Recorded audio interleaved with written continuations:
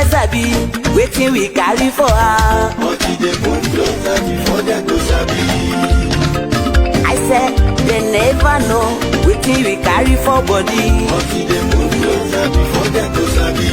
Ọ̀kín lọ lọ́jà ẹyẹ kìnìún ló ló lajú. Ẹyẹ tó lórí kòtò bí àdó wọn pẹ̀tẹ́ lẹ́nu. Ká ṣiṣẹ́ fún ilẹ̀ bàbá wa, ká ṣiṣẹ́ fún ìlú bàbá wa, ká jùmọ̀ sowọ́pọ̀ ká lè tó dúdú àga. Odùduwà kò bá lè gbé wá. Ọmọ Odùduwà ṣègìrì, ẹ dìde fún ẹ̀tọ́ adúláwọ̀, ká lè jọ jùmọ̀ gbé délẹ̀ ìlérí, ká wálé gba ògo ilẹ̀ wa, ká ṣiṣẹ́ ká lè jọ gbàdé, ká lè gbàdé adé adúláwọ̀, àwa ni mọ̀lẹ̀ tí yóò tàn káàkiri. Ìyàmọ́ Odùduwà ni wá. Koiki Media àwa là ń gbé tó lárugẹ. Ètò tó pọ̀jù ògbó ìwà máa ní. Kásá ẹgbẹ́ polówó ọjà wà kájé bùgbà yín jẹ. Ètò tó pọ̀jù ògbó ìwà máa ní. À ń gbé tó lárugẹ, à ń gbàsà lárugẹ. Ètò tó pọ̀jù ògbó ìwà máa ní. News and sports ẹ máa rí gbọ́. Ètò tó pọ̀jù ògbó ìwà máa ní. Ọmọ Ìjẹ̀bú alárẹ̀ mi ló ní kí n máa gé tantan. Koiki Media ọ̀rọ̀ lágbájúmọ̀ mi o, má bá ṣẹ̀rẹ̀ lọ o. Ọmọ Yorùbá nìyẹn, ọmọ Yorùbá tata o. À ń gbádùn rẹ ọmọ Ìjẹ̀bú alárẹ̀ mi, ṣẹ́yìn lọ máa fi dìbò tẹ̀ mọ́lẹ̀ o. Ẹ̀yin lọ́mọ onígbò máa ń dé mádémádé, ẹ̀yin lọ́mọ onígbò máa wọ̀ o. Igbó máa wọ̀ kájòjì ò gbọ́dọ̀ wọ, àjòjì tó bá wọ bẹ̀ á tẹ̀lé ní ẹbọra. Ẹ̀yin lọ máa náwó kóyìnbó tó dé, ìgbà tó yìnbó dé o, owó náà dẹ́ tún pọ̀ sí o. Koiki Media ṣàwa ní bàbá. Koiki Media àwọn ní bàbá. Koiki Media àwọn ní bàbá. Àdáńtọ́ àtúnpèrègèdè. Koiki Media àwọn ní bàbá. Àwa là ń gbé tò lárugẹ, jẹ́ ká jọ gbọ́ o. Koiki Media àwọn ní bàbá. Àtúnjà fẹ́tọ̀ ilẹ̀ wa, fẹ́tọ̀ ilẹ̀ Yorùbá. Koiki Media àwọn ní bàbá. Ọmọ Oòduà ni wá o, tọkàntọkàn.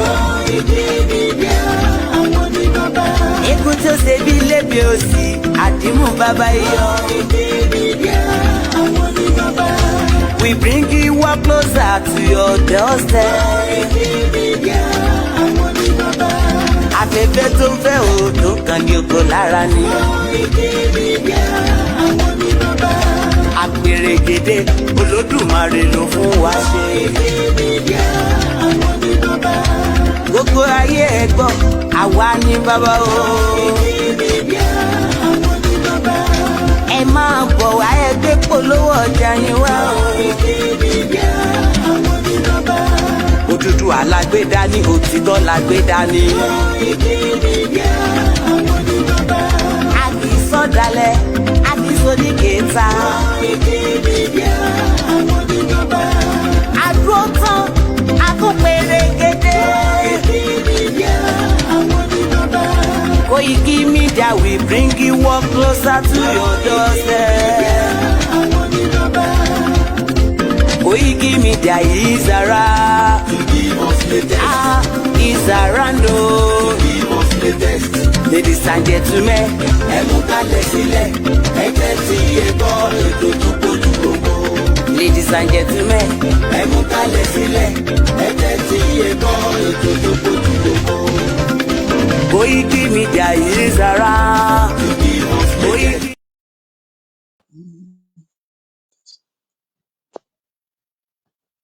Koiki Media is around to give all latest. Is around you to give all latest. Ẹ káàsán, ẹ káalẹ́, ẹ káàárọ̀ according to the time ibi tí olúkálùkù wa bá wà. Mo kí gbogbo ọmọ Yorùbá, ẹ káàbọ̀ sórí ètò. kú ọjọ́ méjì, ẹ kú ọjọ́ mẹ́ta, tọ́jọ́ méjì ọjọ́ mẹ́ta tí mo bá èèyàn ọmọ Yorùbá sọ̀rọ̀ last.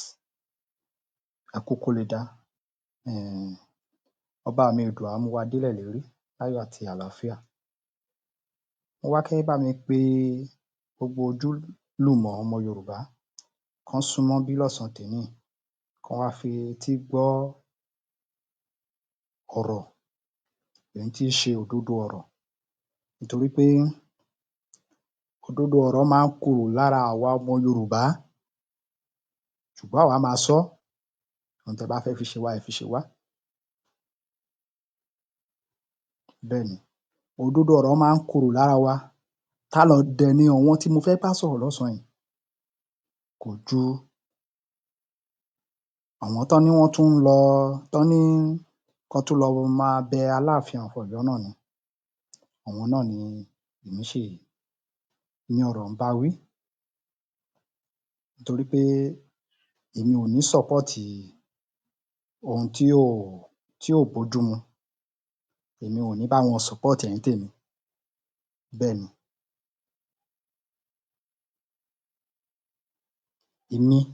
mi ì ní bá yín support ìrà tí ò nọ́mọ nú, mi ò ní bá yín support ẹ̀, nítorí pé mo rí pé gbogbo ohun tí ẹ̀ ń pèrò láti ṣe yẹn, ìranù ló ń bọ́ sí lọ́dọ̀ tiwa. Àwa ò ní kẹ́ má pè wá lẹ́jọ́, àwa ò ní kẹ́ má bá wa fa wàhálà lérí eléyìí tá fẹ́ sọ lọ́sàn-án yìí o. But gẹ́gẹ́ bí ọmọ Yorùbá, Koiki Media ò rán mi níṣẹ́, ṣùgbọ́n gẹ́gẹ́ bí ojúlówó ọmọ Yorùbá, ẹ̀tọ́ mi ni láti pé kí n sọ òótọ́. Àsìkò tá à ń sọ wí pé bóyá torí pé kiní kan kó má ṣẹlẹ̀, ẹ gbàgbé. So, a fẹ́ sọ èyí tó ń jẹ́ òdodo ọ̀rọ̀ lọ́sàn-án yìí. Ẹ bá mi gbọ́wọ́ lé share button gbogbo ẹ̀yin olólùfẹ́ wa bẹ́ ṣe ń wọlé. Ẹ máa bá wa share. Ẹ bá wa share sí gbogbo platform káwọn èèyàn wá fetí gbọ́ ọ̀rọ̀. Mo kí yín ẹ káàbọ̀ lẹ́ẹ̀kan sí i. Mo kí gbogbo ẹ̀yin olólùfẹ́ wa. Mo gbàládùrá pé bí ẹ ti ń darapọ̀ mọ́ wa, tí ẹ̀ ń bá wa tẹ share button, ẹ ní fi ọwọ́ yín, ẹ ní fi gbọ́mọ sí o. Lágbára àṣẹ Èdùà. Ẹ ní fi ọwọ́ tẹ́ fi ń tẹ share button, ẹ ní fi gbọ́mọ sí. Lágbára àṣẹ Èdùà. Ẹ bá wa gbọ́wọ́ lé share button. Mo bẹ̀ yín, mo rọ̀ yín ni. Ọ̀rọ̀ tí ẹ fẹ́ gbọ́ lọ́sàn-án yìí, ọ̀rọ̀ tó ní kìmí ni. Ẹ bá mi gbọ́wọ́ lé share button. Ó ti tọ́jọ́ méjì ọjọ́ mẹ́ta, ẹ kàn rí pé mo dákẹ́, mi ò sọ̀rọ̀ láti bí ọjọ́ bíi mélòó kan, nítorí pé inú mi ò dùn sí ibi tí ìrìnàjò yìí dé. Mo kí yín ẹ káàbọ̀ sórí ètò lẹ́ẹ̀kan sí i, ẹ káàsán. Mo kí tí a bá wọlé olórí ilé la kọ́kọ́ ń kí. Mo kí ọ̀gá mi Mr. Ọláyọmí Kóìkí. Ọ̀gá dáadáa, ẹ ní ṣubú ara, ẹ ní ṣubú ẹ̀mí. Ẹ kú iṣẹ́ takuntakun. Ẹ kú ìfọmọ ènìyàn ṣe. Lọ́sàn-án òní ẹ máa gbà mí láàyè láti sọ òótọ́ tí mo fẹ́ sọ yìí, nítorí pé at the end of the day, orí yín àtorí Ìgbòho àtorí bàbá Akíntóyè náà lọ́ ti ń tì. Àwọn tán dẹ̀ ń da ìrìnàjò yín rú, ó níbi tí wọ́n wà, tán dẹ̀ wà lẹ́rìn wa. Ṣùgbọ́n at the end of the day, tán bá máa sọ́, orí tiyín ná ti ń fẹ́ máa fọ́ àgbọn. Wọn ò dẹ̀ lè rí àgbọn yẹn fọ́ lórí yín, nítorí pé àwa máa reject ẹ̀. Yes, ìkóríta tá dé yìí, a need àti fọ̀rọ̀ sábẹ́ ahọ́n sọ mọ́. Gbogbo ẹ̀yin tẹ́ ẹ̀ ń endorse bàbá yín Bọ́lá Ahmed Tinubu náà, ẹ kú oríire o.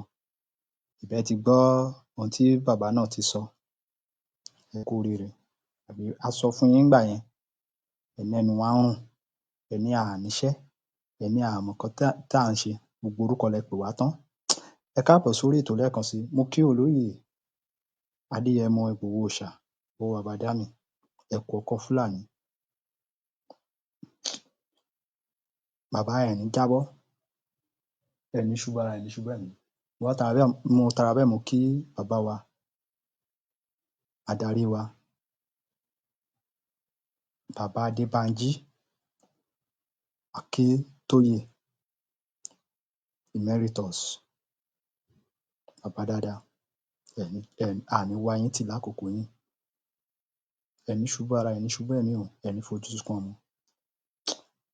Ẹ̀yin olólùfẹ́ wa, ẹ káàbọ̀ lẹ́ẹ̀kan sí. Ẹ bá mi gbọ́ lé share button sẹ́, mo nílò èrò lórí platform mi kan wá fetí gbọ́ ọ̀rọ̀ lọ́sàn-án tèní. Nítorí pé ẹ má jẹ́ ká tanra wa, ìranù la fẹ́ lọ ṣe ní palace Aláàfin Ọ̀yọ́, èní kọ́ la ti ń lọ àwọn ibẹ̀ yẹn. Bẹ́ẹ̀ni, etí tó bá wù yín kẹ́ fi gbọ́ ọ̀rọ̀ tí mo fẹ́ sọ lọ́sàn-án tèní. Kò kan èmi, mi ò gbọ́ anything, èmi ò gbọ́ páà. Ìranù, àbáṣà la fẹ́ lọ ṣe ńbẹ̀. Tẹ́ bá dẹ̀ ti lè lọ, ojúùtì lẹ máa gbà wálé, ẹ lọ kọ déètì yín kalẹ̀. Bẹ́ẹ̀ni, nítorí pé gbogbo wa mọ ohun tó yẹ ká ṣe. À sọ pé Yorùbá ò ń jagun bí ẹrú, Yorùbá ò ń jagun bí ẹrú. Ṣé ẹ mọye rẹ́gíìmù Buhari nìkan, ṣé ẹ mọye ọmọ Yorùbá tí wọ́n pa? So kọ́wọn kan máa kú, kẹ́yin kan kẹ́ jókòó síbì kan, kẹ́ wá máa enjoy. Ó dà pé gbogbo wa, ó dà pé a ti sick. Ó dà pé a ti sick. Lẹ́nu ìgbà tí bàbá Bọ́lá Ahmed Tinubu tó dórí ipò ààrẹ orílẹ̀-èdè, ṣé ẹ mọye èèyàn tán ti pa? Ẹ wo ti Àkúrẹ́, mi ò sọ̀rọ̀ Nàìjíríà o, kò sí nǹkan tó kàn mí pẹ̀lú Nàìjíríà o. Ìfẹ́ ìran ti tèmi ló jẹ èmi lógún. Ẹ wo iye tí wọ́n ti pa ní Ondo State. Ẹ wo eléyìí tó ń ṣẹlẹ̀ ní Àkúrẹ́ North lásán. Ẹ wo iye tí wọ́n ń pa lọ́jọ́ kọ̀ọ̀kan.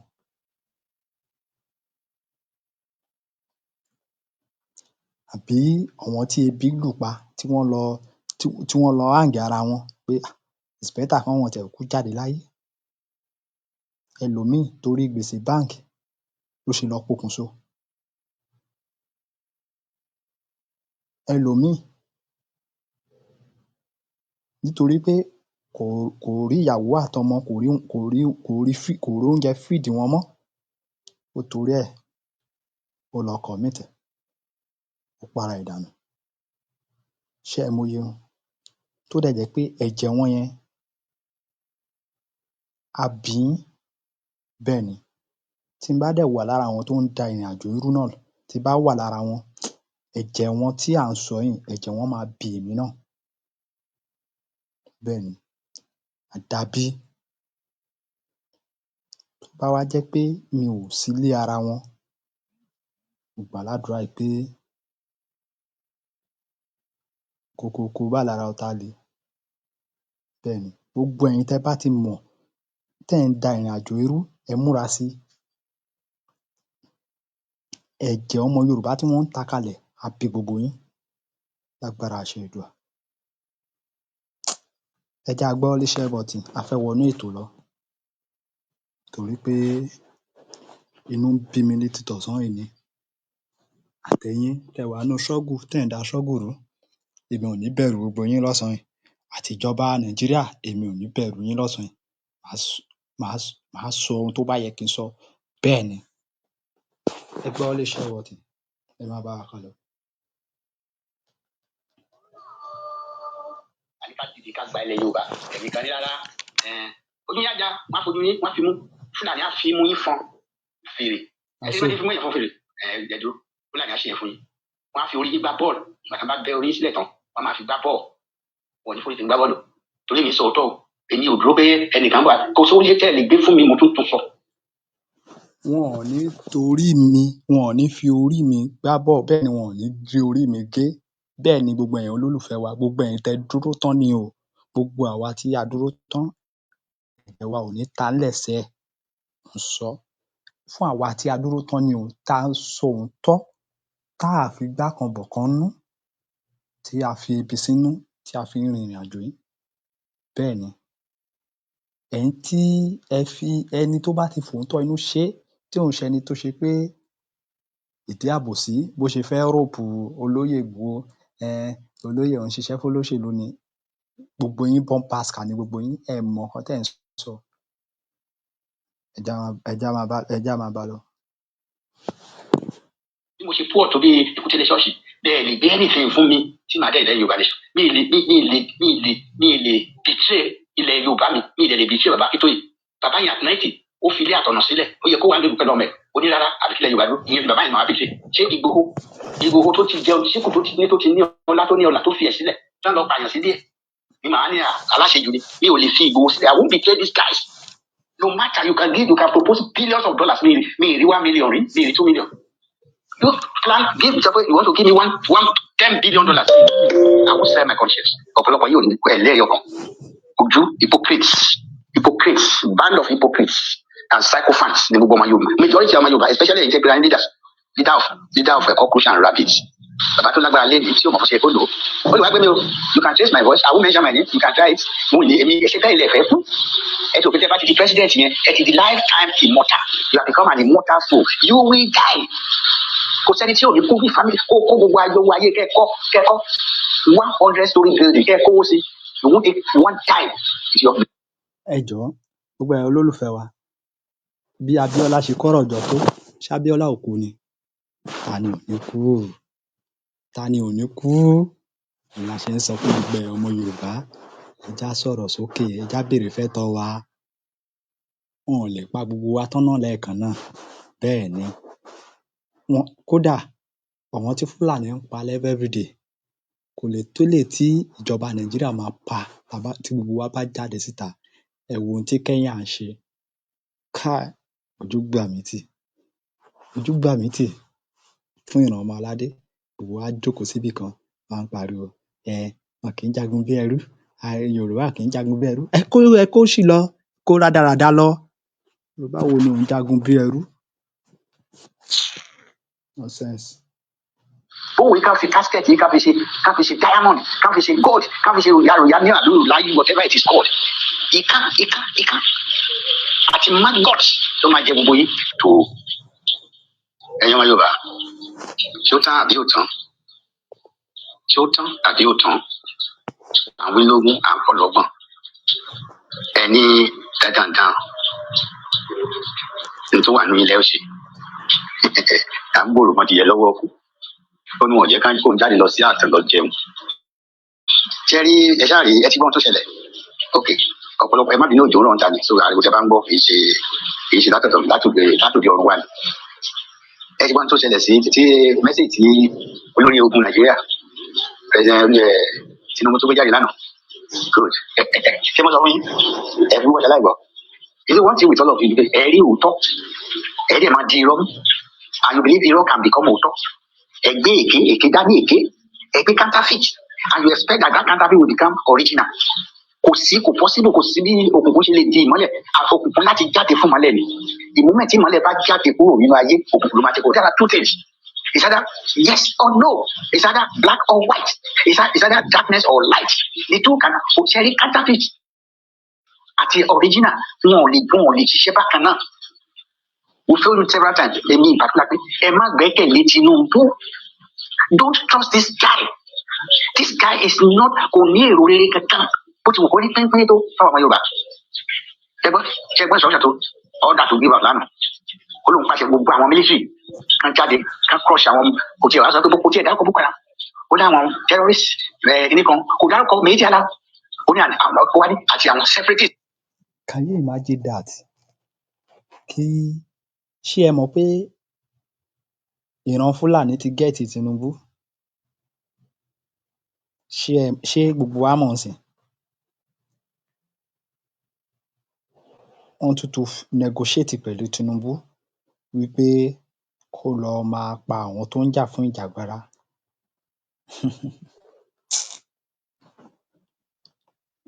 Torí pé just because of 2027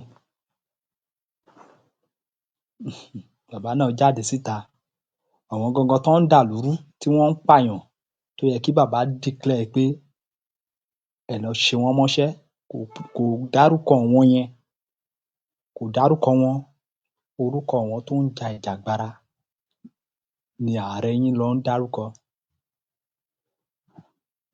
Mi ò blame ẹ̀ àwa tá à tí ì ṣetán ni bẹ́ẹ̀ ni tó bá jẹ́ pé a ti ṣetán mò ń retí ọmọ Yíbò tá jáde nílẹ̀ Yíbò tá lọ sọ irú nǹkan tí bàbá sọ yẹn. Káàbọ̀. Ẹ jẹ́ á máa bá a lọ sọ́ọ̀. oníkàlọ́ kọ́ṣí wọn. àwọn náà pè separatists àwọn tá à ń jìjàgbara àwọn tá à ń béèrè fún self determination especially àwọn Yorùbá. ṣé ẹ rántí pé ó ti lé ní 2 years tí Tinubu ti wà lórí oyè as the president láti May 2023 and now we are in July, so that's over 2 years and almost 2 months. gbogbo bàtà ń pa ènìyàn the last 2 years tí wọ́n rèé fẹ́ lọ ń dáná sun àwọn villages tó ń gba ìlú máwọn ará Benue, Plateau, ọmọ ará Ondo state, Enugu, Bauchi, gbogbo ẹ̀ Taraba tí wọ́n ń gbalẹ̀ lọ rẹpẹtẹ tí wọ́n brandish different kind of weapons tí wọ́n ṣu ẹ̀ òkúlẹ̀ táwọn méjì lọ ń dá lọ pẹ̀lú àwọn bandits àwọn terrorists. Tinubu yóò kò sọ̀rọ̀ gbogbo bá ṣe ń kó àwọn repentant Boko Haram soldiers sínú the pure and the military ní Nàìjíríà. Tinubu kò mú kọ́ta tó lágbára lẹ́nu tí ó mọ̀ ṣe tó lò ó lè wá gbé ní ẹ̀wù kọ́ àwọn mẹ́sàn-án ní ìgbà tí ó wù mí èmi ṣe bẹ́ẹ̀ lẹ́fẹ̀ẹ́ from May 25 to May the president yẹn decide that the time bank is okay you have become a leader that will you will die within this 2 years period of time. ó kó gbogbo ayé ẹgbẹ́ dẹ́ta ilé ẹ̀kọ́ ẹ ṣe báyìí wá ọ̀rẹ́ rẹ̀ sọ̀rọ̀ ìgbà àwọn ọmọ Yorùbá fẹ́ kàfà one thing I do for is your life. ó wọ́n ká fine asset ní kàbí ṣe fọ́nọ́rẹ́ láti ṣe bí i that one ṣe go even if you yàrá yàrá àbọ̀ láyé whatever it is no he can't doesn't deserve any response as far as he is man watch. So my I have told you mo ti sọ several times agenda Fulani ni Tinubu wa carry out agenda Fulani no one carry out and display it to everybody's knowledge. Okay, Tinubu is ready to sell ọmọ Yorùbá gbogbo ilẹ̀ Yorùbá fún Fulani. The question is ẹsẹ sir Mr. President alágbára ìkankan náà ló máa ṣẹlẹ̀ sí Nàìjíríà èmi ò ní kọ́bọ̀ dání ṣùgbọ́n mo lálàáfíà to some extent. Do ẹ̀yin náà lẹ̀ ẹ̀ka làáfíà wà Nàìjíríà especially wọ Tinubu. You are a hypocrite. Kí lẹ sọ in the year 2000 when you were addressing Mammoth rally nígbà yẹn Yorùbá can stand on their own. You don't believe in Nigeria. Now it is your turn. You see how hypocritical you are. So ìgbà tí gbogbo àti gbogbo lọ́wọ́ àwọn hotel gbàgbà yẹn because of what you want now you gotten it and then after that the worst you can spend in that place Baba Tinubu is 8 years. 8 years. Àwọn predecessors sí èyí tó lọ gbóná wà wọ́n fẹsẹ̀ palẹ̀ kiri.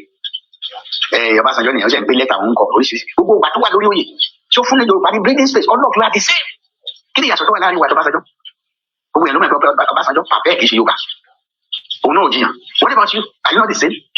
I've said it repeatedly. You are not a true born Yorùbá son. ọmọ Yorùbá ò lè máa gbérù gbèsè tó gbé one can cross everybody because you are dancing to the script. Most of my young man, you better my last message or thereabout. Charity of us script want to see in London before the election. I listened to the outcome of that meeting. But now, big with the Fulani, talk about London. But okay, bye bye, Your Excellency. Everything has been planned, sealed, and dusted. The bar of Tinubu wa gbogbo obìnrin Yorùbá yọ ó kàn forúkọ Yorùbá gba ipò yẹn ni ó kàn fi gbà ni pé kó lọ kọ́ bá ẹsẹ̀ sí àwọn ẹ̀ ọ̀rẹ́ sàrí fún irú ìbò yẹn àfẹ́gbọ́rùpẹ̀ mọ́ kó wá ọ̀nà at any cost láti gbé wá wọ́n ṣe gbé Nnamdi Kanu tí ó bá dẹ̀ lè gbé tí ó bá lè ṣe yẹn kó sí ilẹ̀ sọ́run kó má jẹ́ kó wálé kó dẹ̀ gbẹ́sẹ̀ lè gbogbo àkáǹtẹ̀ that is the script Tinubu play. Ẹ̀yin tẹ̀sí mi nígbà wọn yín ni ìbámu Yorùbá Tinubu ìṣọ̀mọ Yorùbá take it or leave it stop deceiving yourself. Stop deceiving yourself. If you can deceive yourself, that's your own cup of tea. Nobody can deceive me. Me, at my age, you can you die twice? Why don't you pick courage and go and meet this guy? Tell him to his full face. To what they're interested to military why they make one hour any way I will call it. But during the era of Tinubu, among our big future to Lobato, so could oh, you can run one up. A million, Baba Tinubu, my people, and everybody. Bẹ́ẹ̀ ni bàbá Tinubu ẹ má fi kú halẹ̀ mọ́ wa bẹ́ẹ̀ ni ẹ má fi kú halẹ̀ mọ́ wa ẹ̀yin náà ti sọ wípé Nàìjíríà ò kì í ṣe ìkan rí ẹ̀yin fara yín ti sọ rí kí ló dé tẹ wá fẹ́ máa fi kú halẹ̀ mọ́ àwa tá à ń sọ ń sìn àbí ẹ ti gbàgbé ni tó bá jẹ́ bẹ́ẹ̀ ó yẹ kẹ́ kọ́kọ́ lọ para yín ná kẹ́ tó ní káwọn máa pa àwa tí a ṣẹ̀ ń bèrè ń sìn nítorí pé year 2000 so many years ago lẹ́yìn tí ń béèrè ṣùgbọ́n torí pé torí àpò tí bámbám ni mo yó, mi ò mọ̀ bóyá ebi ń pa ọmọ ẹnìkan kọ̀ọ̀kan, ebi ń pa àwa nínú yàrá, ebi ń pa wá, a ríṣẹ́ ṣe, ẹ wá ń pariwo fún wa wípé ẹni tó bá ṣe kinní kán lọ máa ṣe kinní kan. Bàbá, òfin yẹn mú ẹ̀yin gan, ohun tí ẹ bá fẹ́ fi wá ṣe, ẹ wá fi wá ṣe. Ẹ lè pa gbogbo ọmọ Yorùbá tán, àbí ẹ lè pa wá tán ni? Láyé ẹ lè pa wá tán. Ẹ go ahead. Mi ò blame yín, mo tún sọ. Bẹ́ẹ̀ni, àwọn tí ajìjọjọ ń ja ìjàgbara, àwọn ló ń ṣèranù. Bẹ́ẹ̀ni, tí olórí burúkú èèyàn míì fẹ́ máa ba orúkọ Ìgbòho jẹ́, orúkọ àwọn ẹbí yín lẹ dẹ̀ máa bàjẹ́ nítorí pé Ìgbòho ní ká lọ ṣe eléyìí, Ìgbòho ní ká lọ ṣe eléyìí, tí Ìgbòho ò dẹ̀ sọ bẹ́ẹ̀. Ohun táwa confirm ni. Bẹ́ẹ̀ni, tẹ́ bá ti ṣetán tó bá ti já jó yín lójú, ẹ wá padà wá, ẹ bá wá máa blame Koiki, ẹ máa blame bàbá Akíntóyè, ẹ máa blame Ìgbòho. Ẹ má jẹ́ ká ṣẹ́ẹ̀pù fúnra wa ní ìkóríta tá dé yìí o. Bẹ́ẹ̀ni, kẹ́ dẹ̀ jáwọ́ nípa ọ̀dọ̀ Aláàfin tẹ́ ẹ̀ ń lọ, nítorí pé ọ̀dọ̀ Aláàfin tẹ́ ẹ̀ ń lọ gan, tẹ ní bóyá kó lọ máa bá ẹnìkan sọ̀rọ̀, kán gbé kinní kan, tí mo fi ń dá yín lójú gẹ́gẹ́ bí ọ̀rọ̀ tí bàbá mi orílẹ̀-èdè Yorùbá máa ń sọ. Ó ní tí Fúlàní bá sọ fún Tinubu wípé just because of 2027 wípé kó lọ gé orí Ọọ̀ni of Ifẹ̀ àbí kó lọ gé orí Aláàfin of Ọ̀yọ́ wá, ó ní tó bá jẹ́ pé tìtorí ẹ̀ ni Fúlàní ní máa fi support ẹ̀, ó ní á ṣe é, and it's true. So kẹ́ lè mọ̀ pé ẹni tẹ́ fẹ́ lọ bá yẹn ẹ ń deceive ara yín lọ ni. Àwọn gangan ló ń tà yín. Bẹ́ẹ̀ni, ẹ wo, ẹ kó ṣì lọ jọ, ẹ kó rádaràda lọ. Nonsense. Ó kà kó tó ẹ bí eṣinṣin. Ẹ dá gbọ́dọ̀ wà lẹ́nu. Gbogbo gíragíra ẹ̀ ìwé ló wà. Gbogbo gíragíra tí wọ́n náà yàn ṣe wà lọ. Bó rẹ̀ lọ tán, ojú àwa wálẹ̀. Nígbà bá lọ ọdún tó bá fẹ́ dùn, ṣe bá Fúlàní tí wọ́n ń dín tó wà. Ṣé nítorí ti 2027 ló ṣe gbé òṣèlú jáde? Ó wá fi àwọn bandit bójú. Go and deal. Wọ́n fúlàn dẹ̀ wọ́n gé tọ́jà dẹ̀ kẹ́rà. Torí ti Yorùbá nation ló ṣe gbogbo kìíní. Tó bá mọ̀ pé irọ́ ni, bọ́sì di Ògún, bọ́sì di Ṣàngó, kó lọ fi Ṣàngó búra, kó fògún búra, kó fi gbájú. Pé kì í ṣe torí tiwa ló ṣe gbé ọ̀dà yẹn jáde. Because you are under intensive pressure. The Northerners they are pressurizing you. They are revolting against you. Bàbá Tinubu, you are on your own. Àwọn ọmọ Yorùbá tó bá support yẹ fún 2027, ọba bá ńlá original máa lè gbọ́ wọn. Undiluted ọmọ àlè kọ́ńtù wọn ni wọ́n. Torí èmi ò mọ orí ọmọ Yorùbá tó yẹ bá pé tó bá ní ìrònú jinlẹ̀ pé ká gba orílẹ̀-èdè wa níbi tá a ti máa jẹun fàlàlà tá a máa jẹ gbádùn bí èèrà inú ṣúgà tán ní lára. Tinubu ìnáfẹ́ kúlé lórí. Tinubu gan-an ní kíní àwọn aláwọ̀ bá ti ń gba fìlà ní ìpínlẹ̀ Ọ̀ṣun state fìlà ADA àbí ADP or AD whatever. Ara tá à ń sọ nìyẹn. Ìjẹkùjẹ ọmọ Yorùbá ti pọ̀ jù. Àtẹnujẹ ló dẹ̀ máa pa ọ̀pọ̀lọpọ̀ yìí. Ṣètà 5,000 kẹ́ tó délé kẹ́ tó wọkọ̀ délé kẹ́ tó bọ̀kadà délé 5,000 dín tán. Wọ́n á ra conscience yìí, wọ́n á ra fúsọ̀ yìí, jíjẹ tó bá ti ṣe fíṣọ̀ tí yín nìkan náà rà ní. Ṣé bẹ́ẹ̀ yóò ní pẹ́kù? Àwọn ọmọ ọlọ́mọ tẹ́ dé sáyé kan. Àwọn ọmọ ọlọ́mọ tó jẹ́ pé wọ́n wá sáyé jẹ́jẹ́ innocently. Ẹ wá tà wọ́n. Tinubu ti ẹ̀rù táwọn ọmọ yẹn kò wẹ́ anybody. Ó gbọ́ bá ṣe ń pààyàn lẹ́yìn, ó gbọ́ bá ṣe ń kidnap, ó gbọ́ bá ṣe ń rape, ó gbọ́ bá ṣe ń ba ọkọ̀ jẹ́. Ṣé rí ọ̀rọ̀ tí bàbá yẹn sọ, ọ̀rọ̀ tó ní kìmí ni o. Bẹ́ẹ̀ni. Ọ̀rọ̀ tó ní kìmí ni. Ṣé rí àwa míì ohun tó máa ń dùn mí ni wípé kò ń ṣe ẹlòmíì tó bá ṣẹ̀ la padà wá kérè ẹ̀. Ó lè jẹ́ ọmọ tó yẹ pé bóyá ó tiẹ̀ ṣẹ̀ bí ńgbà yẹn tí ó tí pọ́dún kan, ó lè jẹ́ òun la padà wá jèrè. La wá máa kó èrè iṣẹ́ ohun tí bàbá ẹ̀ àbí ìyá ẹ̀ tó ṣe kalẹ̀, iṣẹ́ ẹbí tí wọ́n ṣe kalẹ̀. Nǹkan tó máa ń dùn mí jù nìyẹn. Ọlọ́run, òun ló máa ń dùn mí jù. Ó ní ọ̀pọ̀lọpọ̀ àwa tí a wà nínú struggle yìí, ọ̀pọ̀lọpọ̀ ẹlòmíì ò mọ meaning ohun tí wọ́n ń pè lébùra.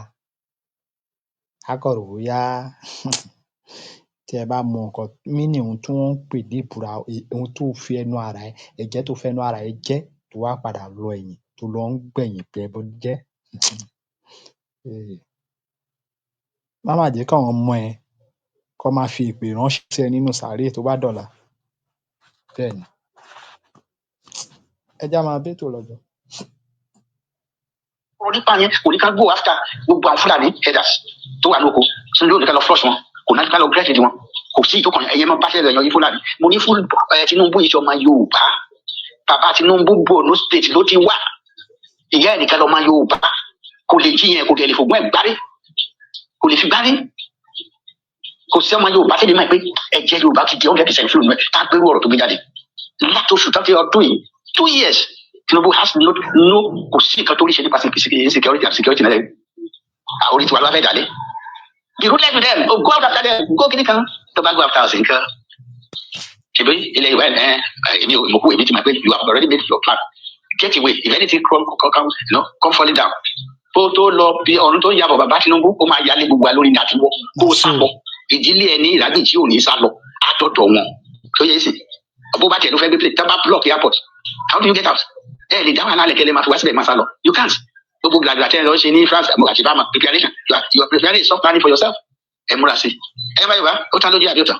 asọsọsọsọ ẹlẹ́ẹ̀nígbọ́ afọ̀fọ̀fọ̀ ẹlẹ́ẹ̀nígbà agbésílù sílẹ̀ afẹnuwí àpótí alákàràkà bíyàwó gẹ́gẹ́ bí sàníṣe kọ́ we talk bàbá kí tó yìí sọ̀rọ̀ títí ìbò nìyẹn Kánú nìyẹn òtítọ́ gbé yín lọ tí kẹ́yà tójú tì yín ẹ ti gbé Kánú lọ sí court over and over ẹ wá ń tì nígbà tí yàn ti kẹ̀kẹ́ ológere tì sí ìsàn nígbà tí yàn gbá bọ́ kẹ́yà wá ní kẹtẹ́ ṣe wọ́n ṣe wá tí wọ́n wá làbá sí wọ́n wá ní ká máa gbé yín lọ sí international criminal court Buhari wá pretend ó sick ó pẹ́ kó tó kú dànù gbà tí ó sick ní wàláyé kí láǹfààní ẹ̀ láyé kí ni èmi ò tẹ̀ fẹ́ kó kú mo fẹ́ kó náà jẹ́ ìrora gbogbo ẹ̀yin tẹ́ ti wá sínú wàhálà tẹ́ wá yìí gbogbo ẹ̀yin tẹ́ ti jẹ́ pásítọ̀ olórí àti president àti ẹjọ́ àti anybody kẹ́yìn náà jẹ́ ìrora àìmọye ọdún kẹ́ẹ̀rọ lọ́wọ́ kẹ́ẹ̀rọ lẹ́sẹ̀ ìbáni kẹ́ẹ̀ fọ́ lójú because ẹ̀yin lẹ jẹ́ kí irú mi kò fọ́ lójú tó bá pé ìtọ́jú tó pé wà Nàìjíríà èmi ò ní jẹ́ tó fọ́ lójú àti fọ́ lójú tán àtúnṣe gbá kò sí kankan kò sẹ́ni tó mọ̀ bá ṣe ń jẹ kò sẹ́ni tó mọ̀ bá ṣe ń sanwó kò sẹ́ni tó mọ̀ bá ṣe ń náwó náà lọ sí sùn ẹ wá sọ wá sínú ìgbèkùn gbogbo yín pátápátá ẹ̀ ní bọ́ nínú ìgbèkùn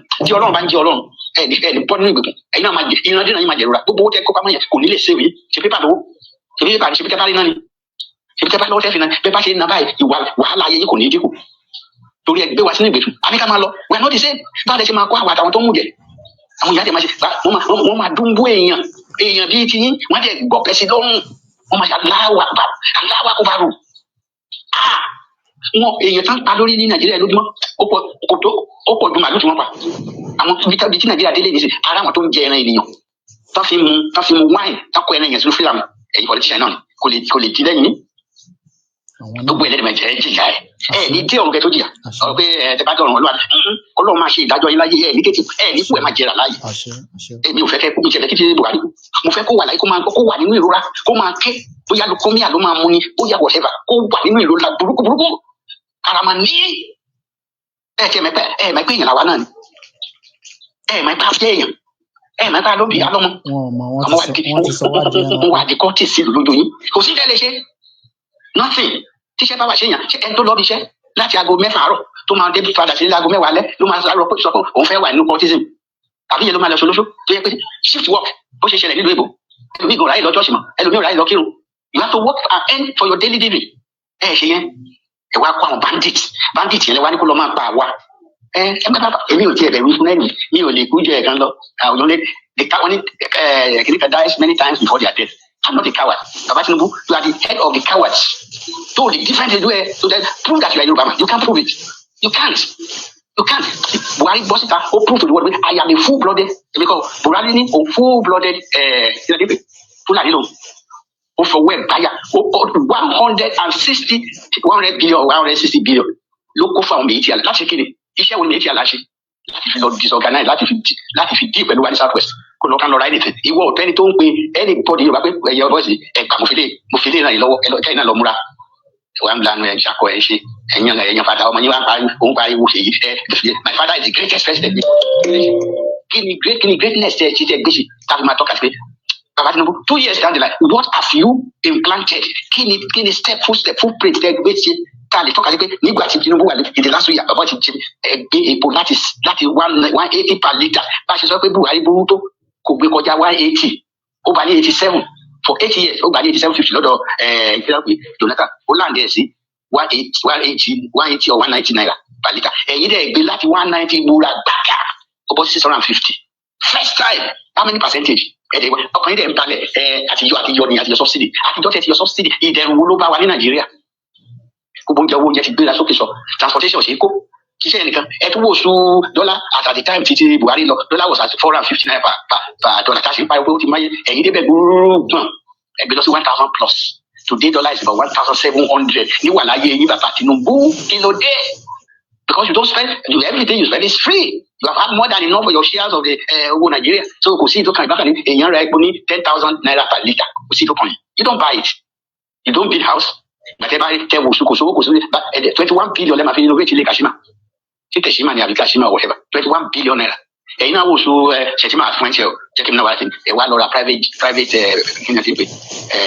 plane presidential plane 150 or 160 billion naira ẹ̀yin kan jayé ọlọ́ba ẹ̀yin ṣe bó ṣe wù yín at the end of the day Solomon all is vanity upon vanity náà nìyẹn ẹ̀rẹ̀ tí a plane sí ṣe jẹ́ kí plane yẹn kókó máa gbé yín wọnú ilé kó dẹ̀ gbé yín wọrí bed kó dẹ̀ mú orúnkún yín tẹ́ bá ti fẹ́ jí láàárọ̀ kí plane wá jí pé bàbá ẹ̀ dìde èmi ò tí rẹ̀ tó lówó nu tó lówó tán tó gbé gbogbo ẹ̀ tán tó kọ́lé sí òfurufú ó fi ilé ẹ̀rọ dúró sí òfurufú without any pillar pé ó gbé ilé yẹn ó gbé sófurufú báyìí ìgbà tó máa ń gbẹ́ lé owó ọ̀ ìjọ tí ń bá máa gbẹ́ lórí pé ẹ gbé mọ́tò méjì mẹ́ta mẹ́rin ẹ wá jókòó sí mẹ́tẹ̀ẹ̀ta ẹlẹ́ẹ̀kan ṣe wá máa drive yín lọ ìyẹn máa pé di ẹsẹ̀ ti di olówó kẹ́ ẹ wá sọ̀rọ̀ ayé di immortal soul ẹ̀ ní kú mọ́ ẹ̀ gbà yín mọ̀ pé ẹ ti ra ayé pa ṣùgbọ́n tẹ́ bá lè ṣe yẹ kí wọ́n ní kí n lára kókó fẹ́fẹ́ agbára yín gbogbo agbára tẹ́ ẹ ní ọ̀tọ́lọ̀ bá dé kó lu agbára tó nílé yín lórí ṣẹ́yìn àwà láyé ẹ̀dẹ̀ fàyè ní àwọn èèyàn lára just for your own selfishness and that of your family. Ọbásanjọ́ dà lẹ́nu olóńgbàgbàdà kiri yẹn kò síbi tí Ọbásanjọ́ máa wọlé ní bó wọ super process market kò sẹ́ni tó máa recognize bó wọ ṣọ́ọ̀ṣì gan agbára kákan náà máa kó wọlé ta ló fẹ́ recognize impact wo a life of no impact is a life of no value. Kí tó ride of money orí kan wà kan kọjọ yẹn ó ní àkókò ẹyẹ kan náà ń pè ní àkókò tó ń lugi nígbó is creating an impact only a life of no impact is a life of no value. Àkókò tó ń lugi nígbó is creating an impact a life of no impact is a life of no value. Baba Tinubu, I don't think you are ready to create any impact and at the end of the day wọ́n gbọ́ asán lórí asán. I won't speak more than this. Ẹ̀yin máa yọ̀ bá ẹ̀kú etí bọ̀ ẹ tún máa múra o 2027 ẹ kò gbọ́dọ̀ gbọ́ etí yìí ti di àti gbàgbẹ́mẹ́tì ọ̀pọ̀lọpọ̀ yín mi kò dákọ̀ ẹ tó bọ̀ bá ti jẹ́ tó bá ti wọ́n ní pẹ̀lú ìtàn lábàtà ni ẹ tó bá ti ta sí lára kó lọ fọ kó tún ara ẹ ṣe kó náà wọ ara ẹ wọra yín ẹ wọra yín ní tẹ máa jẹ lẹ́ni tó máa tán lálẹ́ olè ń jíjà lọ you don't fight for something that will last for life lẹ́yìn ìgbà tẹ bá lọ tán ọmọ yín wọ́n máa jí ilẹ̀ náà ilẹ̀ Yorùbá.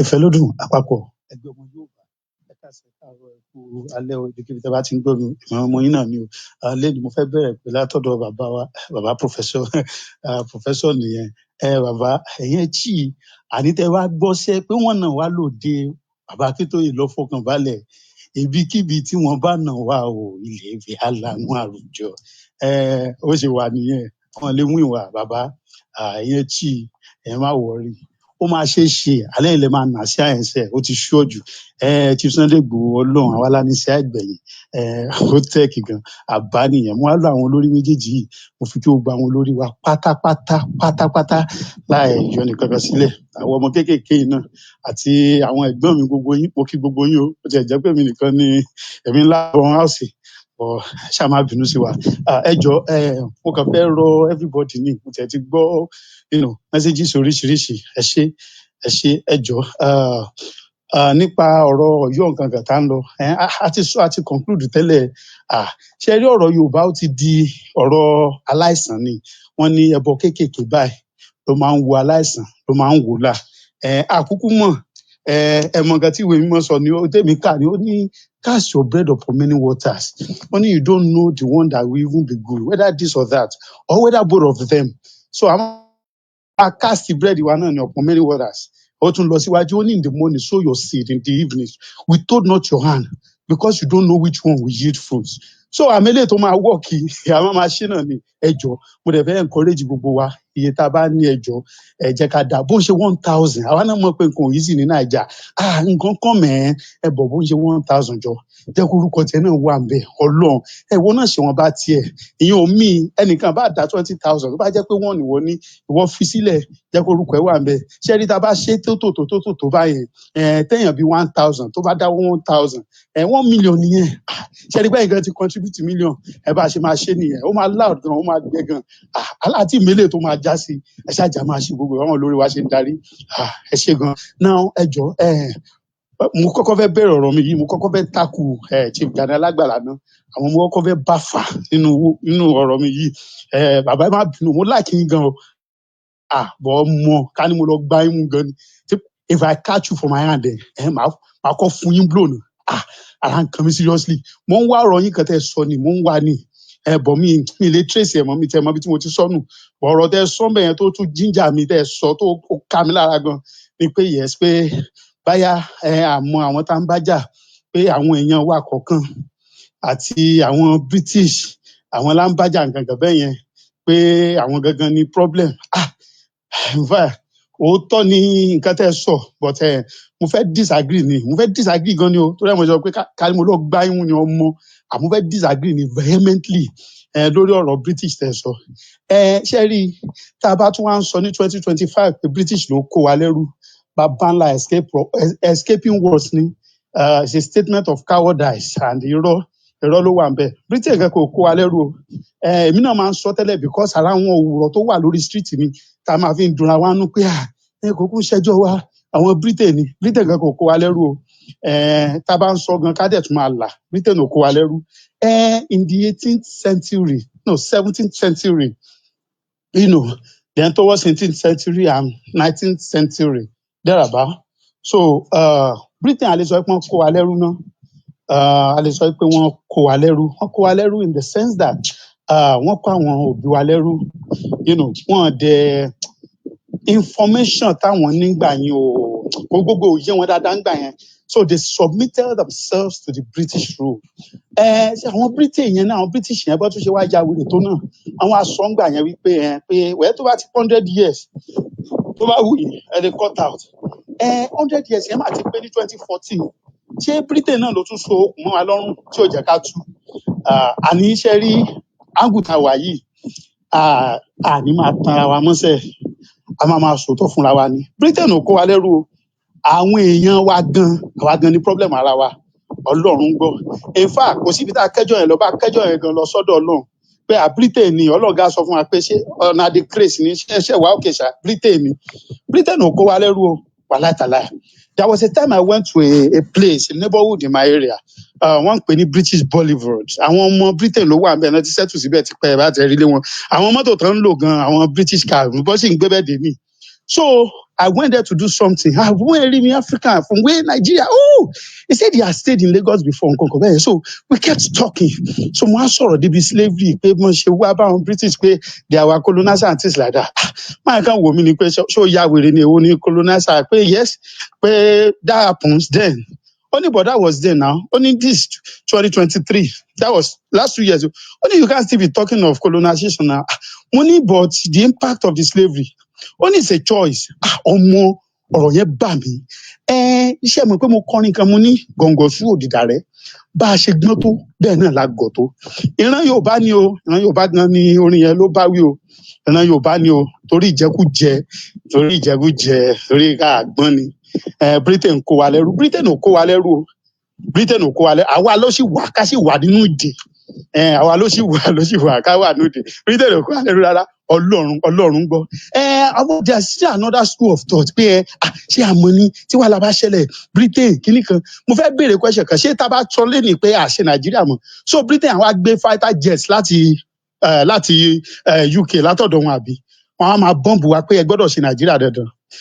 Because ó yẹ ká máa sọ̀rọ̀ yìí ká máa ṣe ní plane àbí òkè Britain wa sọ pé torí pé Yorùbá ti sọ pé àwọn ò ṣe Nàìjíríà mọ́ wọn á wá sanction wa pé wọn ò ní ṣe trade pẹ̀lú wa wọn ò ní ṣe kankan àbí torí pé òkè ká tó wà wò báyìí pé kó wọn tiẹ̀ ní ṣe bẹ́ẹ̀ yẹn wọ́n máa kó àmì fún àwọn Fúlàní ní kinní kan bàbá ńlá arọ́ ló wà ń bẹ̀ ọlọ́ngbọ́ àyètán ní irọ́ ni let's be plain àwa ló lè àwọn èèyàn wa ló lè olójú kòkòrò aláìníròònú short-sighted people àwa là ń dẹra wa mọ́lẹ̀ o kò sí nǹkan kan tó kan Britain o ẹ̀tàn ni o tí Britain tún ní àyà wọ́n tún wá rán David Lammy wá pé àwọn náà mọ̀ pé whatever the agreement that they sign accessory àwọn tí wọ́n ń tẹ̀ yín pé ẹ ṣàṣìfilẹ̀ fún 50 years nígbà tí mo kó pònú nìyí so kò sí nǹkan tó kan Britain bẹ́ẹ̀ o kò sí nǹkan ọ̀rọ̀ gbàtàn ṣe ń Biafra àwọn náà ń supply àmú fún Biafra that was then ṣe rí èjì tá a wà yìí social media age ni is information technology age Ọlọ́run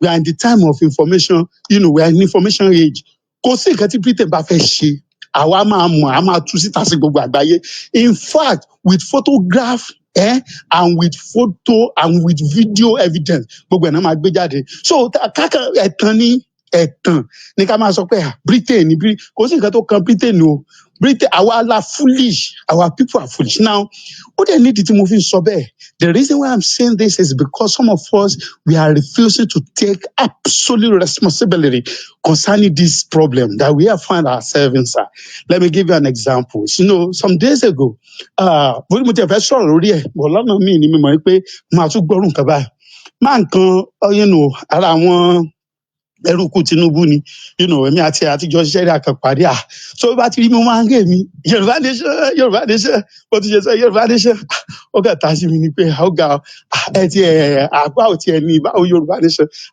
ọmọ Yorùbá ni ó àmì ní Yorùbá nation wà kíní kan ó ní ṣé òun máa sọ fún mi pé election ló tún ti ń bọ̀ yìí sí ó nígbà tó ń sọ fún mi nígbà yẹn pé Yorùbá nation kò ń ṣe nǹkan tó easy bẹ́ẹ̀ yẹn pé báwo la ṣe fẹ́ ṣe Yorùbá nation gbogbo àwọn àgbààgbà ilẹ̀ Yorùbá àkárí wọn àlọ́ǹgà àṣẹ kíní kan so mo kọ́kọ́ fẹ́ máa bá a dì pé kí ló mí pé àkárí àgbààgbà ilẹ̀ Yorùbá àlọ́ǹg wọn àkárí wọn àlọ́ǹg àkárí wọn àlọ́ǹg pé kíní kan ó ní ọba tí wọ́n sọ statement kan ìyẹn ló dùn mí bọ́ ṣe rí Amẹ́ríkà làwà èyí ń gbáyàn létí l'Amẹ́ríkà bẹ́ẹ̀ yẹn Ọlọ́run ìkàlẹ́ dédé gba létí bẹ́ẹ̀ yẹn Ọlọ́run gbọ́ ká ní bí Nàìjà ni àbí mo mọ̀ pé kíní ká sọ pé bí Nàìjà táà náà bá gba Yorùbá nation àníwà valẹ̀ tó rófin máa wà ká ní bí president Nàìjà ni mo wà ní tèmi àti ẹtì nínú ẹ̀ka táyà ó yẹ sọ kíní ẹ̀ máa kẹta ń pè ní ẹ̀dùn tìṣà máa fún nígbò tó máa fún nígbò nímú ni ọba sọ fún pé ṣé tán bá tẹ kémi náà tẹ wò náà pé ìwọ náà tẹ wò rẹ tán bá tẹ fẹ́ gba Yorùbá nation ṣé bí irú àwọn Ìgbòho nǹkan kan yẹn dáadáa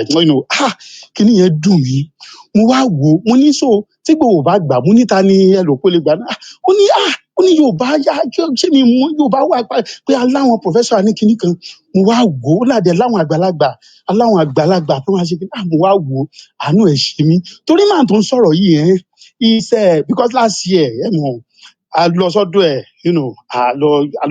a lọ ṣe birthday fún he did 50 years ló ṣe ní last year so year yìí 56 years ni but ó sì ń retí ọmọ 56 years kẹ́ máa wò kùnú aláàáníròónú o ọmọ 56 years ó sì ń ronú pé àwọn àgbà kan sì wà níbì kan tó máa help òun now let me now tell all of you today àwọn ọ̀rọ̀ kan sì ń bọ̀ kò tí ì yá sí yìí ṣáàṣì máa já máa wòye because a máa ń sọ kinní yẹn we talk that thing very broadly àwọn àgbààgbà ilẹ̀ Yorùbá àwọn kinní kan mo fẹ́ sọ fún ilé ni o kò sí àgbà kankan ilẹ̀ Yorùbá o ẹ má gọrẹ o ṣé rí gbogbo àwọn àgbààgbà ilẹ̀ Yorùbá kinní kan àpọ́nlé akànpọ́nra wa lé ni can I tell you today bro you are the àgbààgbà ilẹ̀ Yorùbá ǹjẹ́ ìwọ mọ̀ wípé bá a ṣe wà nínú wàhálà yìí táńtà láti rẹ́sì owó táńtà láti rẹ́sì gbogbo ẹ̀ ṣé o mọ̀ pé wò ó lówó ṣé o mọ̀ pé kò tiẹ̀ tí sanwó ọmọ skul ṣùgbọ́n $500 naira péré ló lè filẹ̀ 1,000 naira péré ló lè filẹ̀ kàn fi ṣe ààbò kàn fi jà fún ilẹ̀ ṣé o mọ̀ yìí pé ṣé o mọ̀ yìí pé o ní ìwúlò fún ilẹ̀ Yorùbá ju àwọn mi fẹ́ máa dárúkọ àwọn the so-called popular billionaires ṣé o mọ̀ pé owó ó ní ìwúlò ó sì ní ìtẹ́wọ́gbà níwájú Olódùà jù wọ́n lọ àkótí yẹ bó ṣe jẹ́ nìyẹn let me tell you one thing sorry majority of this àgbààgbà tá a máa ń sọ àwọn àgbààgbà wa àwọn ọ̀tọ̀kùlú wa who dey help ni o I swear down they no help anybody o if anybody is a billionaire olówó ní kinní kan ó ní fún òun àtàwọn family ẹ̀ ni ìyàtọ̀ tó wà láàrin èèbó àti àwọn èèyàn wa nìyẹn You see, in our space, we love celebrating individualism. Tẹ́nìkan bá ti lówó, bàbá nìyẹn, kíní kan máa sọ̀rọ̀ àìsàn, máa ṣe kíní kan. But kí ni impact ẹni yẹn sí society? Kí la lè sọ nípa ẹ̀ nígbà tó bá lọ? Abiola, àmọ́ bí Abiola ṣe lówó tó ní kíní, ó lówó fúnlé ayé ẹ̀ nígbà tó kú. Ṣé tán ka wíìlì ẹ̀, ṣé wọ́n dárúkọ mímọ́ ni àbí àbóṣẹ́ẹ̀dì mi lọ sí school àbí kíní kan? But lẹ́yìn tí Abiola ti wá kú, so kí ni Láríjà báyìí? Kí la lè point pé òkè ìran Yorùbá? Nǹkan tí Abiola ṣe fún ìran Yorùbá lélẹ̀. Ṣé rí very soon, mo ń compile list wọn. Gbogbo àwọn àgbààgbà tẹ fear so dreadfully yẹn, àwọn àgbààgbà wa, àwọn professor wa, a máa list orúkọ gbogbo wọn lẹ́yọ kọ̀ọ̀kan. Àwa máa kà á. Kí lẹ lè sọ nípa tiwọn wípé wọ́n ṣe fún ìran Yorùbá? Ṣé orí òyìnbó, mo sọ fún yín sẹ́ẹ̀, tí òyìnbó bá kú, ká ló ti kú in the last 100 years. Tẹ́ bá ń sọ̀rọ̀ nípa ẹ̀, wọ́n ní sọ̀rọ̀ ilé tó kọ́ o, wọ́n máa ń sọ̀rọ̀ impact nǹkan tó ṣe fún ìran ẹ̀ tó sì jẹ́ wípé àwọn èèyàn ọjọ́ ìní wọ́n sì ń jẹ àǹfààní ẹ̀. Ṣé ẹ rí tí olówó bá lówó ní ìlú òyìnbó, tó bá kú ó lè jẹ́ multi-billionaire, ó máa yà yín lẹ́nu tẹ́ bá lọ wo wíìlì ẹ̀. Ó lè in fact ó lè má fún ọmọ ẹ̀ ní nǹkan kan. Ọmọ ẹ̀ tó bí ó lè má wíìlì nǹkan kan fún un. Ó lè sọ pé ilé òun ilé 10 ló ní, pé ilé 10 yẹn o kàn fi ṣe ilé àwọn ọmọ aláìní 5 bẹ́ẹ̀. Ó lè ní ilé 5 bẹ́ẹ̀ kàn tọ̀nà sí hospital. Á lówó tó ní, á ní kàn lọ kó fún hospital, á ní kàn lọ kó fún, kàn lọ ṣe nǹkan báyìí, kàn lọ ṣe nǹkan báyìí. Gbogbo kíní yẹn máa ń yà mí lẹ́nu pé báwo làwọn people yìí, but mentality tiwa gẹ́gẹ́ bí àwọn èèyàn dúdú ó yàtọ̀. It is all about me and me. So mo wá ń challenge ẹ lénìí, Gani Alágbàlá, ìwọ làgbàgbà Yorùbá, má tanra ẹ̀, má gọra ẹ̀, má yà sọ pé àwọn àgbààgbà wa, àwọn ọ̀tọ̀kùlú wa, ṣá máa ní tiwọn báwo? No, tiwọn báwo? Who dey help? Ọlọ́run tó bá lówó sáyà ara ẹni now, you no dey feed me now, mi ì rí pàtì ẹ̀ now. Kí ni nǹkan tí n bá sọ̀rọ̀ nípa ọmọ Adéyẹmọ ńgbà míì, ó máa dàbí pé àìlè ń sọ̀rọ̀ jù pé Sunday wo Sunday ṣe bẹ́ẹ̀ nítorí pé he gave his life. Nǹkan tí mo wá fẹ́ challenge ẹ ni wípé àwọn tí wọ́n ń pè lágbàgbà yẹn, kí ni impact wọn, kí ni nǹkan tán ṣe fún ilẹ̀ Yorùbá? Tó bá gbọ́ pé wọ́n lọ ṣe meeting on behalf of Yorùbá, wọ́n lọ.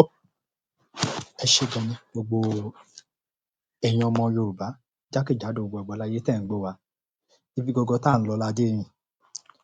Ṣé rí bàbá mi orílẹ̀-èdè Yorùbá yìí, wọ́n máa ń sojú abẹ lÉkòó. Wọ́n ní ta ni àgbààgbà nílẹ̀ Yorùbá tẹ̀ ń ṣẹ̀ fẹ́ lọ bá at this time? This is 2025. Ìgbéyàwó wa ó expire ní 2014. As at this time, ṣé àwa ọ̀dọ́ ló yẹ ká lọ máa bá àwọn àgbààgbà, tàbí àwọn àgbààgbà ló yẹ kó wá máa bá wa wípé kinní kan so wá papọ̀, ó so Nàìjíríà àtàwa Yorùbá papọ̀ o, ó dẹ̀ ti deal o, ẹ jẹ́ á yà á o. Ṣùgbọ́n instead tí àwọn àgbààgbà yìí fi máa ṣe bẹ́ẹ̀, wọ́n kágbádá lọ Aso Rock, wọ́n lọ ń fi Ghana must go, a fi ń kówó wá, a fi ń kówó a lọ ń ralé sílùú òyìnbó, a ń ra gbogbo ẹ̀ sílùú òyìnbó, àwa ọ̀dọ́ àwa dákẹ́. Ẹ̀yin kan wá ṣetán, ẹ lẹ fẹ́ lọ rí àgbààgbà kan a tiẹ̀ fẹ́ lọ sọ fún kó lè mọ̀ nípa Yorùbá nation, tàbí kó lè mọ̀ pé wọ́n gbé ẹsẹ̀ lé àkáǹtì Ìgbòho. Mo fi ń dá yín lójú lénìí, àní Koiki ò rán mi iṣẹ́ tí mo wá jẹ́ lénìí sẹ́ẹ̀, ṣùgbọ́n òdodo ọ̀rọ̀, nítorí pé mo ní ẹ̀tọ́ láti sọ òdodo ọ̀rọ̀ gẹ́gẹ́ bí ọmọ Yorùbá. Ìgbòho fún ara ẹ̀ tó bá ń sọ fún wa wípé àkáǹtì òun tí wọ́n gbé ẹsẹ̀ lé ó jẹun lógún ju àwa lọ, kò ń ṣe freedom fighter. Lóòótọ́ ibi tí ọ̀rọ̀ yìí dé, tán bá ní kí bàbá yẹn yọ ọwọ́ kó yọ ẹsẹ̀, ó tó bẹ́ẹ̀, ó jù bẹ́ẹ̀ lọ. Ṣùgbọ́n kí ni à ń pè ní freedom fighter? Kí ni ohun tí à ń pè ní freedom fighter? Ó dà pé ẹ̀yin kan, ó dà pé ẹ ẹ̀ mọ̀. Ó dà wípé ẹ̀yin kan ẹ ẹ̀ mọ ohun tí wọ́n ń pè ní freedom fighter. Nítorí pé tí ẹ bá mọ̀, ẹ ní máa sọ fún mi pé by this time ẹ ṣẹ̀ fẹ́ lọ bá àwọn àgbààgbà kan. Who is that àgbààgbà tí ẹ fẹ́ lọ bá? Who be them? Ta ni wọ́n tí wọ́n á sọ wípé wọn ò tíì gbọ́ nípa Yorùbá nation tẹ́lẹ̀? ẹ̀ẹ̀mélòó la fẹ́ lọ sí Ọ̀yọ́ town tẹ́lẹ̀ ṣe ń lọ yẹn? Ẹ rántí eré tá lọ lọ́jọ́ kìíní àná? Kí la ṣẹ̀ wá ń bá kiri? Kí là ń bá kiri?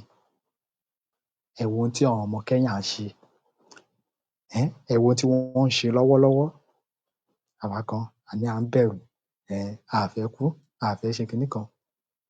Bàbá tó ń declare pé kán lọ máa bóyá kán lọ máa tó ń declare àwọn agitators as terrorists, ó wò ó pé ẹtùtù ni. Bẹ́ẹ̀ ni, tó bá jẹ́ pé bí àwọn ọmọ Íbò ṣe ń fáyà làwa náà ṣe ń fáyà, ẹ máa mọ̀ wípé kò dẹrùn. Bàbá gan á wò ó pé á rò ó lẹ́ẹ̀mejì kó tó sọ. Bẹ́ẹ̀ ni, á rò ó lẹ́ẹ̀mejì kó tó sọ. Ẹ jẹ́ á máa bá a lọ. Òyìn má gọrẹ o, a ní òtítọ́ yẹn ó ti délẹ̀, a máa ná lẹ́bẹ̀ẹ́ lẹ́yọ kọ̀ọ̀kan. Gani èèwọ̀ làgbàgbà Yorùbá, má wulẹ̀ sí ti responsibility pé kìnnìkan àwòrò ṣàṣà, ìwọ làgbàgbà ilẹ̀ Yorùbá. Ajé Akunyàrà, ìwọ tí wọ́n bá sọ pé àwọn ìyá wa nílẹ̀ Yorùbá, àwọn màmá, ìwọ gangan ni màmá wa nílẹ̀ Yorùbá. Gbogbo ẹ̀yin tẹ́ máa ń sọ̀rọ̀ níbí, mi ì morúkọ gbogbo yín tán, ìwọ gangan take the responsibility. Àgbà ti kàn ẹ́, ìwọ 40 years, ìwọ kìnnìkan, Yèyé Ọ̀ṣun Fọláhàn àbí kí lorúkọ màmá ẹ̀ tó máa ń sọ̀rọ̀ náà nìbàdàn yẹn, ìwọ làgbàlẹ̀ Yorùbá. So ẹ má máa shift responsibility mọ̀ pé àwọn àgbà Yorùbá kan, àwọn kìnnìkan, kò ságbà Yorùbá kankan bí kan o. Mo ti sọ fún wa tipẹ́ wípé Ọ̀yọ́ ni gbogbo wa wà. Ọ̀yọ́, OYO, you are on your own. Àwa ní tí ó fi lè mú Ọlọ́run Olódùmarè, bàbá tó ṣe ẹ̀dá wa ní ilẹ̀ Yorùbá, tó fi sí ẹ lọ́kàn wípé o ní láti jà fún rẹ̀. Ọlọ́run ti gbé responsibility yẹn fún ẹni yẹn, ìwọ làgbàgbà ilẹ̀ Yorùbá. So when that time comes, tí gbẹ̀gẹ́ yẹn bá bẹ̀rẹ̀, a shift responsibility yẹn mọ́ àwa gangan, ìwọ, I'm just 30 years. Oh yeah, for the fact that you know that you need to fight for your race, you are the àgbàgbà ilẹ̀ Yorùbá. So don't look for salvation anywhere, you are the salvation of your race. I want to encourage you today. Britain ò mú wa lẹ́rú Ọlọ́run, àti ìṣetán ni èmi sọ fún ẹ, tí ó ráwọn ọ̀dọ́ yẹn gan wọn kò tí ì rẹ́dí ni, bọ̀ ká sì máa tọ̀ lọ ná, wọ́n ní ká lọ sọ́yọ̀, ẹ jẹ́ ká sì, ṣé mọ̀ pé mo lọ́yọ̀ la wà tẹ́lẹ̀, ká wá padà sọ́yọ̀, tá a bá padà sọ́yọ̀, ká rògbé tó máa ṣe ẹ láti rẹ̀. No, so ẹ má wo, there's no salvation any other place. Àwa gangan làgbàgbà ilẹ̀ Yorùbá, ọ̀tọ̀ ń kulú ìlú yẹn Yorùbá, kìnnìkan lẹ́nu, àwa gangan ni. So let's stop today, let's stop pé àwọn kan ní kìnnìkan, kò sí àwọn kan ní kìnnìkan, àjàmájẹ̀bi, ìwọ làgbà ilẹ̀ Yorùbá. Take responsibility, each and every one of you, fix your name into it. Morúkọ gbogbo yín tán ni o, ẹ má bínú o, Kóìkì, ìwọ làgbàgbà ilẹ̀ Yorùbá, fix your name into it. Gbogbo wa máa ja ìjà yìí, a máa ṣẹ́gun, a dẹ̀ máa fi victory lẹ̀ fún àwọn ìran tó ń bọ̀. Ṣé rí, mo ń sọ kíní kan fún yín, mo tún sọ, báyẹ̀ mọ́ ni o, aláwọn ìran tó ń bọ̀ gan, àwọn yẹn weak gan, wọn mọ history wọn, apart from the fact that pé wọn mọ history wọn, wọ́n tún wá weak gan. Aláwọn ọmọ yẹn kò rí o, nítorí làwọn yẹn ń jẹ, àwọn yẹn ò lágbára rárá. Àwa gangan ní àgbàgbà ilẹ̀ Yorùbá. So ẹ jọ̀ọ́, Britain ò mú wa lẹ́rú o, àwa fẹ́ ponú ìran wa kàn dìdìrín láti ilẹ̀ ni o. Tá a bá dẹ̀ ní lé ní kó àṣemọ́sẹ̀, àlà máa bọ́. Èmi ti sọ fún yín, our warfare is more internal than external. Fúlàní, àwọn yẹn wẹ́gàn, Ọlọ́run gbọ́. Ọlọ́run gbọ́. Ṣé rí, tí wọ́n bá ti pa àwọn dán kan lójú tèmi rí ni, tí wọ́n bá ti pa àwọn dán kan lójú tèmi rí, kò lè yé mi, bọ̀ wọ́n ti pa àwọn dán kan lójú mi rí, lèmi náà fi mọ̀ wípé Ọlọ́run ó lágbára ilẹ̀ Yorùbá. Àwọn fẹ́ kógun wọlé ni, wọ́n fẹ́ ṣe kinní kan ni. Àfáà kan sọ̀rọ̀ ń sìn yìí, bọ̀bọ̀ Ọlọ́run máa ń gbádùn ẹ̀ gan, mo gbádùn gbogbo àwọn charges yẹn. Ogun ti wà ńlẹ̀, ẹ má jà gọra wa, ogun kò jù bẹ́ẹ̀ yẹn lọ. Torí ẹ̀ mo ṣe sọ wípé a gbọ́dọ̀ gbára wa kúrò ní ilẹ̀ tó ń pè ní Nàìjíríà yẹn. Bá a ṣe máa para wa tán, bá a ṣe máa wò nìyẹn. Ẹ jẹ́ n fún yín ní 2 examples. Ṣé rí, ní 1983 nígbà tí wọ́n ja ogun Fẹ̀rẹ̀ àti Mọdákẹ́kẹ́, I was a child, but mo sì rántí gbogbo event yẹn tó ṣẹlẹ̀, mo rántí ẹ̀ pàápàá.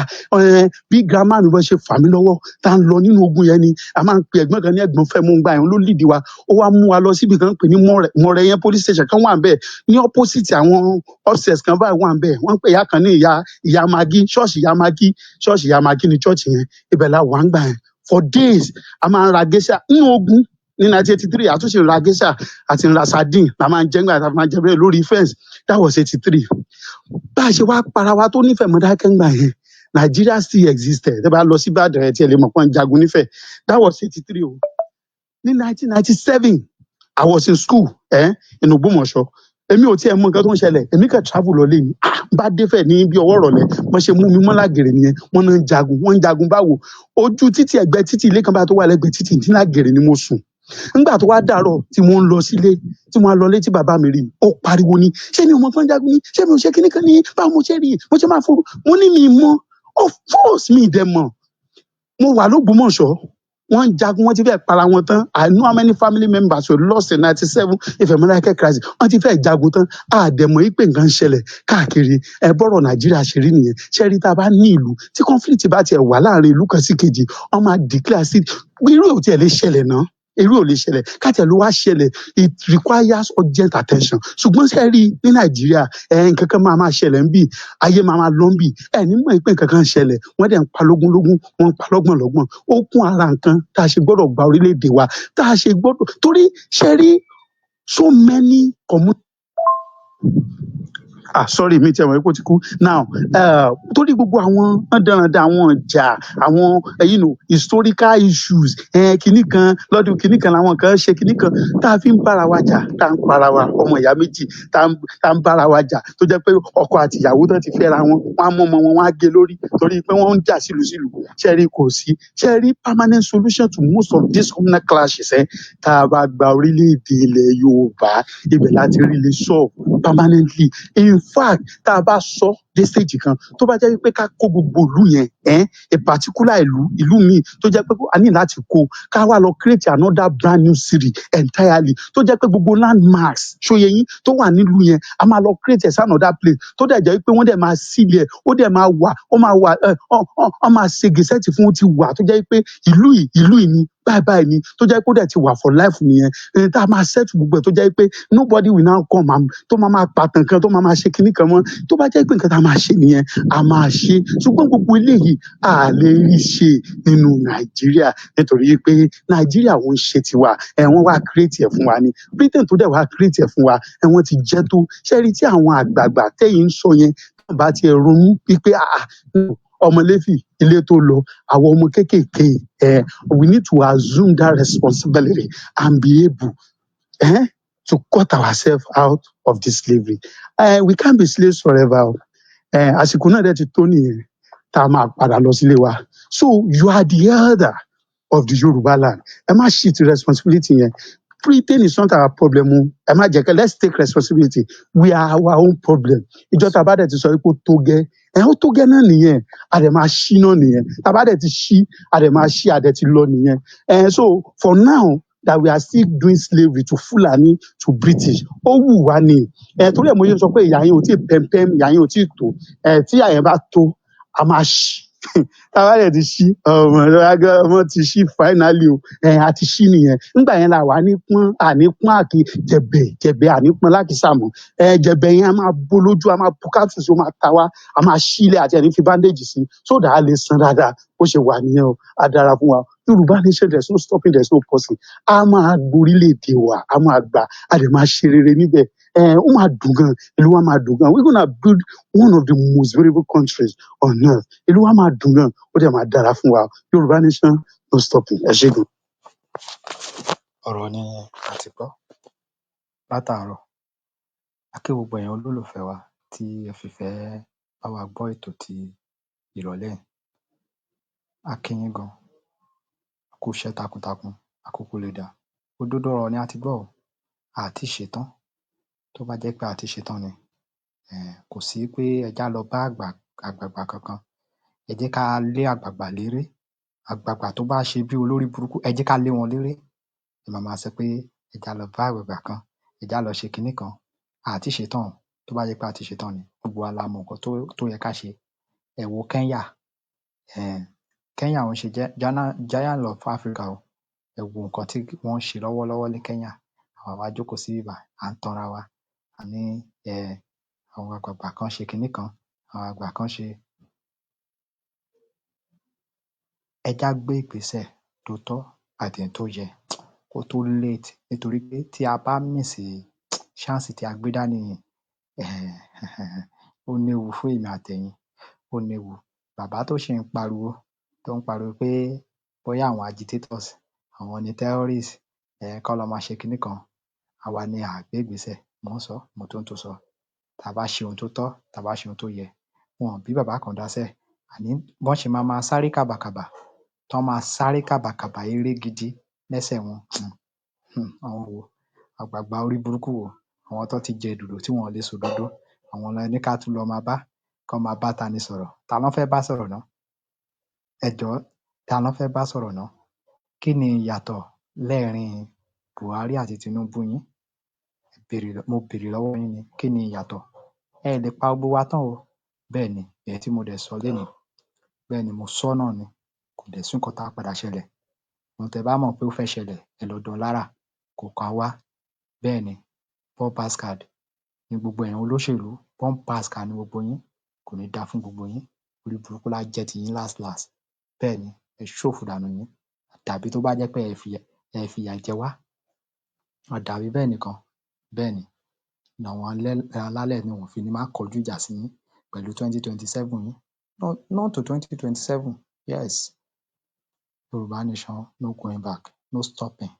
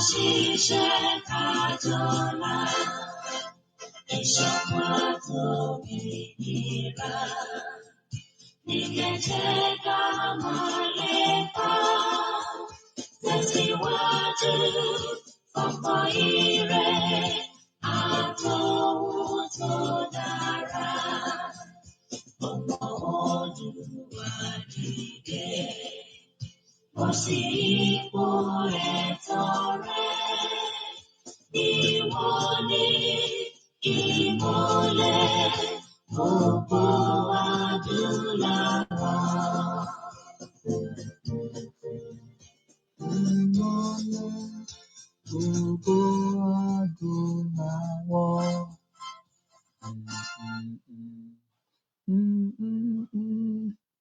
Ògo